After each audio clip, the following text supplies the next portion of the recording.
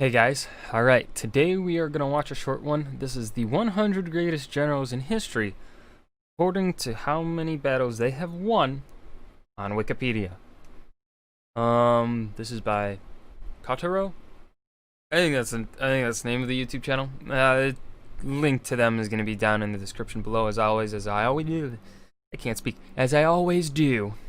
Alright, let's just go ahead, jump into it.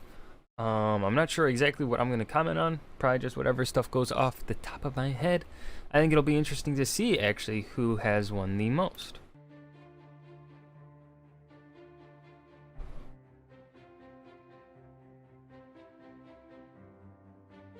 Washington is up there? Nice. But that's interesting. You know, you think of Washington, you're like, oh, he was such a good general or something, some people say. It really, matter of perspective, what you consider a good general. But he only won 8 battles.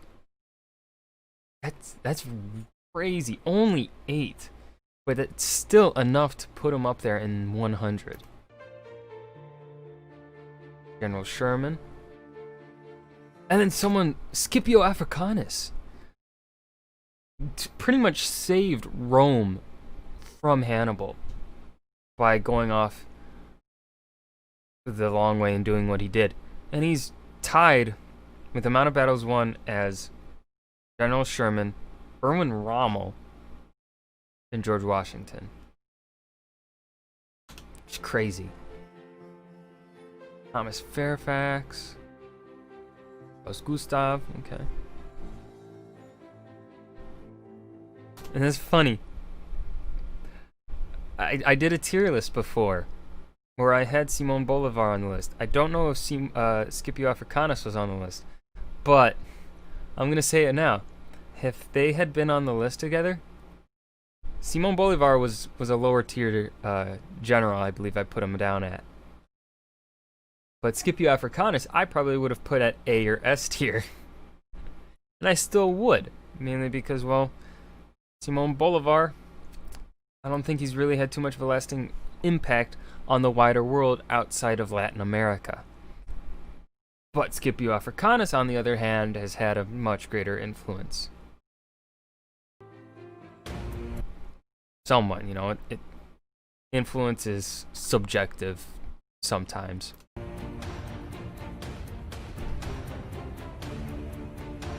Then you got Elchid, someone I've never heard of, up there at 88. Lucullus, I've never heard of him. Hephaestion, I think I've heard of him in passing. And then Muhammad, but he only won 9 battles. And he is one of the most influential people in history. And he only won 9. Wow.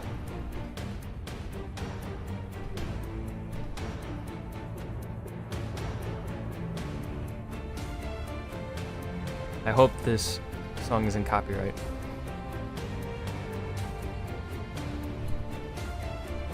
I feel like it might be. Saladin, another amazing, influential person in history, but he's only number 70. He's there with William Howe, Flavia Stilicho, another person I've never heard of. Tokugawa Ieyasu, Duke of Marlborough, and a man I've never heard of. Ataturk, I know him. Omar Bradley's fairly high up, look at him. Oh, Petraeus.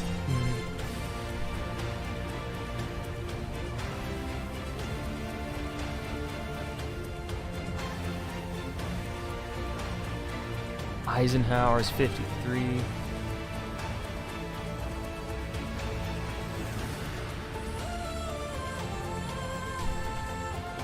Patton, oh boy. Nanziska. Dessous. Gouvion Saint-Cyr, never heard of him. Yi Sun Sin, I've never heard of him. Skanderbeg, though, you gotta know him if you play EU4. Archduke Charles. Guderian, Frederick Great. But it's amazing, they've only had to win 12 battles, and they're already they're in the top 40.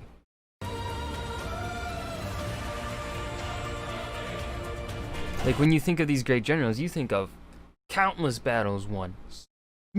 Like, over 20. But really, it's not that many. It's crazy. This is crazy. I was expecting higher numbers for this, for the top 40. Subutai is only at 12 battles won.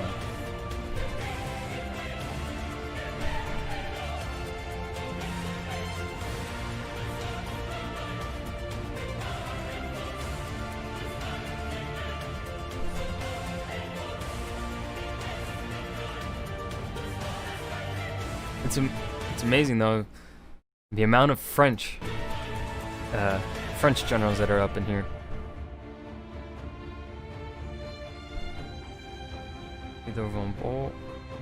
Ulysses S. Grant making it to 22. Okay, look at you go, Mr. Grant.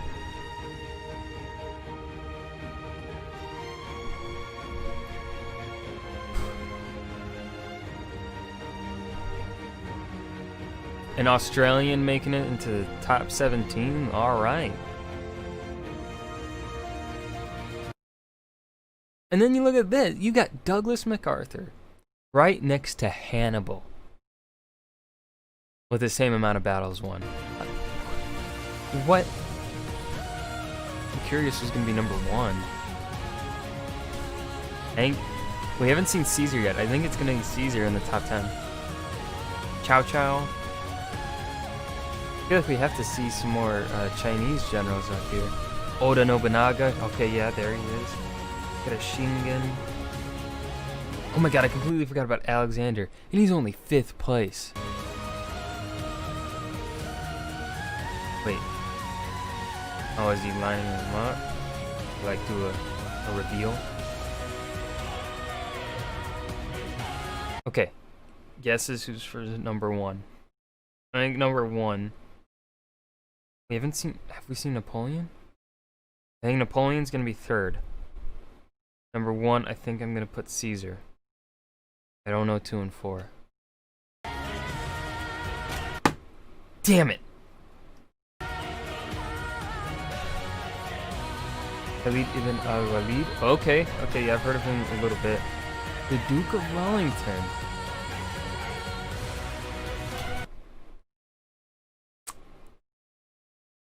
I underestimated Napoleon's conquests and just how many battles he actually fought. Damn. Damn, he's far in 1st place though too. 56 to the man who like beat him. 39. But what's interesting about this, what it's not taking into, and which is what makes history so fun, is yeah, they won a lot of these numbers, but it doesn't really tell you who truly was the better general. Because a lot of these could be small battles. You know, it's just battles won. So anytime there was conflict in which they were the leading commander of, and they won, that counts as a victory for them. Doesn't necessarily mean their skill. Doesn't necessarily like say, all right, all these generals fought. All their battles have to be 10,000 men versus 10,000 men or more. At least for it to count as a battle. That's not how it's taken into effect. So we don't really, you have to do a lot more research to know, like, okay, now let's take this list and let's actually compare these battles won and see how significant each of these battles were. That's it's not taking into that, which is fine. You know, this is just a number thing. But I'm blown away. I'm blown away that there wasn't a I'm surprised by the Duke of Wellington being up here. I'm not too surprised by Khalid ibn al-Walid. Not at all surprised by Julius or Napoleon. But I'm surprised that instead of the Duke of Wellington, that there isn't a a Chinese general there or something from like Chow Chow. I'm surprised someone like him isn't in the top 4. He wasn't even 5th place, was he? And no, Alexander the Great was 5th. And like, what's amazing though is 6 and 7 are Japanese generals. Takeda Shingen and Oda Nobunaga. And when they were generals, they were in a time period of the Sengoku Jidai, I think, when all these clans were fighting each other. They weren't fighting world powers or anything like, they weren't conquering outside of Japan. They were solely fighting in Japan. While Alexander the Great went and conquered like 25% of the world's population at the time or something like that. And then you've got here Julius Caesar going off and conquering Gaul and much of other lands. And then the Duke of Wellington, like I think he primarily fought the French during Napoleon's rise. Something like that. But yeah, that's gonna do it for today. This was a great video. Very interesting. And I hope you guys enjoyed. Remember to leave a like, subscribe for more. Thank you.